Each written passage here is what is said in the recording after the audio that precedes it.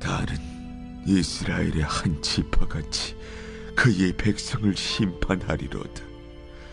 다는 길섭의 뱀이요 샛길의 독사로다. 말굽을 물어서 그 탄자를 뒤로 떨어지게 하리로다. 여호와야, 나는 주의 구원을 기다리나이다. 갓은 군대의 추격을 받으나 도리어 그 뒤를 추격하리로다. 아셀에게서 나는 먹을 것은 기름진 것이라. 그가 왕의 수라상을 차리리로다. 납달리는 노인 암사슴이라. 아름다운 소리를 바라는도다. 요셉은 무성한 가지, 곧 샘 곁에 무성한 가지라. 그 가지가 담을 넘었도다.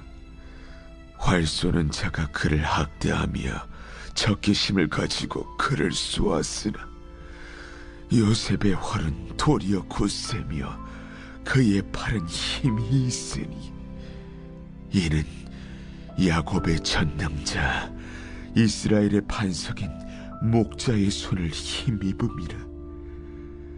내 아버지의 하나님께로 말미암나니 그가 너를 도우실 것이요 전능자로 말미암나니 그가 내게 복을 주실 것이라. 위로 하늘의 복과 아래로 깊은 샘의 복과 젖먹이는 복과 태의 복이리로다. 내 아버지의 축복이 내 선조의 축복보다 나아서 영원한 산이 한없음같이 이 축복이 요셉의 머리로 돌아오며 그 형제 중 뛰어난 자의 정수리로 돌아오리로다. 베냐민은 물어뜯는 일이라. 아침에는 빼앗은 것을 먹고 저녁에는 움킨 것을 나누리로다. 이들은 이스라엘의 12지파라. 이와 같이 그들의 아버지가 그들에게 말하고 그들에게 축복하였으니 곧 그들 각 사람의 분량대로 축복하였더라.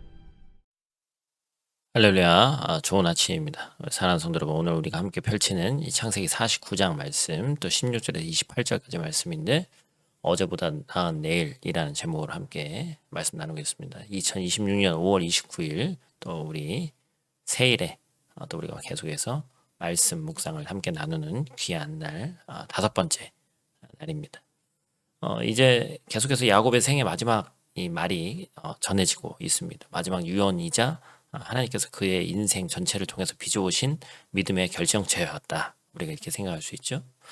야곱의 생애를 한번 돌아보죠. 그는 형의 발꿈치를 잡고 태어나서 속임수로 장자권을 가로챘고 외삼촌 라반에게 20년을 속이며 속임 당하고 살았고 사랑하는 아내 라헬을 잃었고 아들 요셉이 죽었다고 믿으면서 수십 년을 참 가슴 한켠을 너무나도 큰 고통 속에 지냈죠. 그 인생은 결국 평탄하지 않았습니다. 이 사람의 인생을 평가하자면 참 우여곡절이 많았고 뭐 노년이 이제 어찌 보면 조금 평안했습니다만 성공한 인생일까라는 의문이 가질 정도로 너무나도 얼룩지고 굴곡지고 때로는 수치스럽기까지 했던 인생이었어요. 그런데 이 마지막 장면에서 야곱이 전혀 다른 사람이 되었습니다. 이스라엘 하나님과 씨름하여 이긴 자로 변모해 있죠. 그리고 그 입술로 자녀들을 또 하나하나에게 하나님의 말씀을 선포합니다. 하나님 안에서 우리는 내일은 반드시 어제보다 나을 수 있다라는 것을 꼭 기억하셔야 됩니다. 오늘 말씀 제목처럼 야곱의 마지막 축복 선언이 그 진리 향해 힘차게 외치고 있는데 오늘 함께 이 말씀 앞에 서보시기를 바랍니다. 오늘 본 말씀 가지고 첫 번째로 기억할 것은 고난 속에서 붙드시는 손입니다. 23절 24절 말씀, 활 쏘는 자들이 그를 심히 괴롭히며 그를 향하여 쏘며 그를 미워하였으나 요셉의 활은 강하고 그의 팔은 힘이 있으니 이는 야곱의 전능자의 손을 힘입음이라. 그로부터 이스라엘의 반석인 목자가 나도다. 야곱이 요셉을 향해서 가장 긴 축복을 쏟아내는데 그리고 그 핵심은 놀랍게도 요셉의 탁월한 능력이나 성품이 아니라 야곱의 전능자의 손을 힘입는다. 바로 이 한 문장입니다. 히브리어로 전능자는 우리가 지난 주일에 함께 나눴듯이 엘샤다입니다.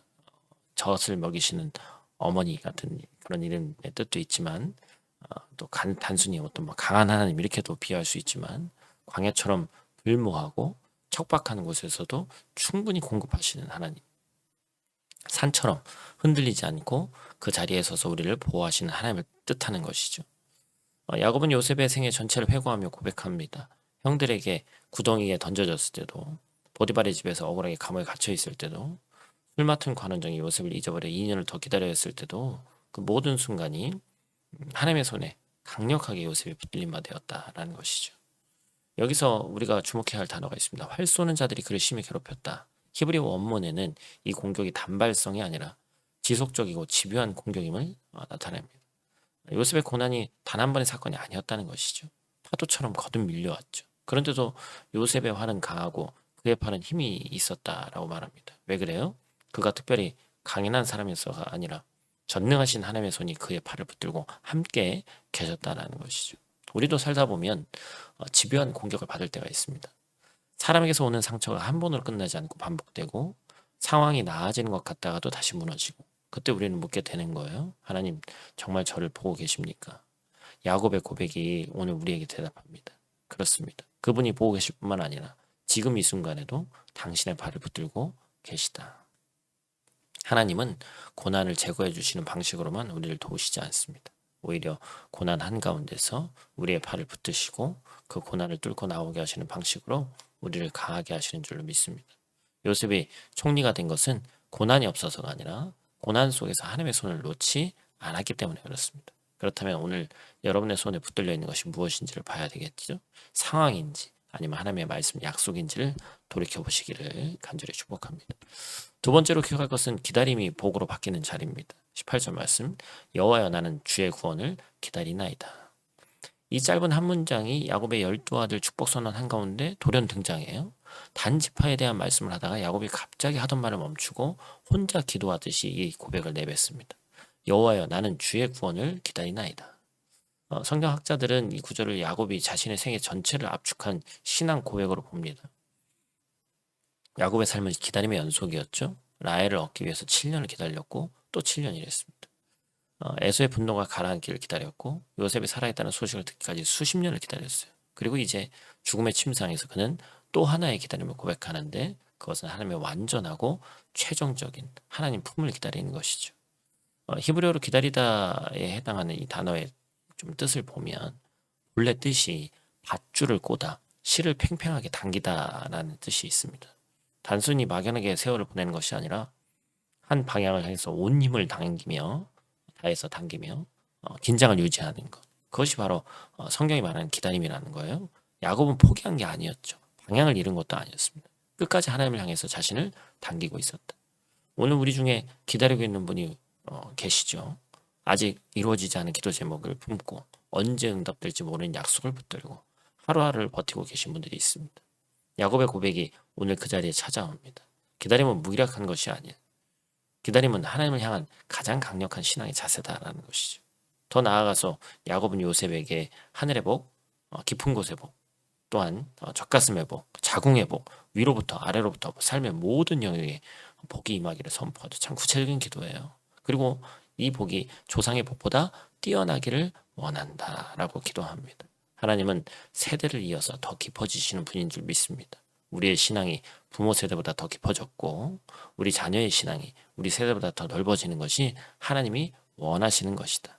어제보다 나은 내일은 개인의 노력이 아니라 하나님을 향해 방향을 고정하고 기다리는 신앙에서 열립니다. 야곱은 평탄하지 않은 삶을 살았습니다. 그러나 그 마지막이 아름다웠어요. 왜 그렇죠? 그는 끝까지 하나님의 손을 놓지 않았기 때문입니다. 그리고 그 손이 자신을 붙들고 있다는 것을 믿었습니다. 오늘 여러분의 어제가 어떠했든 상처가 있었든 실패가 있었든 눈물이 있었든 하나님 안에서 내일은 반드시 어제보다 더 나을 수 있다는 믿음을 가지시고 그 내일을 여는 열쇠는 화려한 능력이 아니라 여호와여 나는 주의 구원을 기다리나이다 라는 그 하나의 진실한 고백임을 꼭 기억하시기 바랍니다.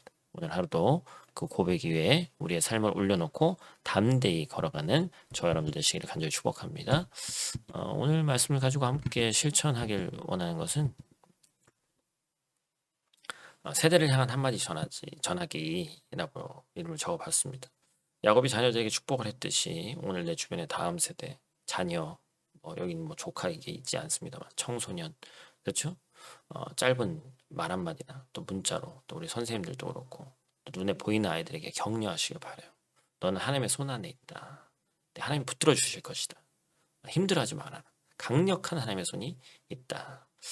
청소년들은 뭐 마찬가지죠. 똑같은 청소년들에게 또 긍정적인 그런 말을 한번 전했으면 좋겠어요. 그래서 신앙의 복은 말로 선포할 때 흘러간다는 사실을 잊지 않는 저와 여러분들 되시기를 간절히 축복합니다. 우리 다 같이 있는 자리에서 함께 기도하고 마치도록 하겠습니다. 아버지 하나님, 야곱의 마지막 고백 앞에 우리를 세워주심에 감사를 드립니다. 우리의 어제가 때로 고단하고 상처투성이었다 해도 주님 그 모든 순간 우리의 팔을 붙들고 계셨음을 다시 한번 고백합니다. 요셉에게 활 쏘는 자들의 공격에서도 팔에 힘을 주셨던 것처럼 지금 이 시간 각자의 삶에서 집요한 어려움을 마주하고 있는 성도들이 있는데 그들의 활을 강하게 하시고 그 팔에 주님의 손이 함께 하심을 날마다 느끼게 하여 주시옵소서. 특별히 우리 신앙이 부모 세대보다 더 깊어지게 하시고 우리 자녀의 신앙이 우리보다 더 넓어지게 하셔서 하나님의 복이 세대를 거듭할수록 더 풍성해지는 우리 교회 공동체 되게 하여 주시옵소서. 오늘도 이 말씀 붙들고 하루를 시작하는 모든 성도들의 발걸음을 주님 친히 인도하여 주시옵소서. 예수님 귀하신 이름으로 간절히 기도드립니다. 아멘.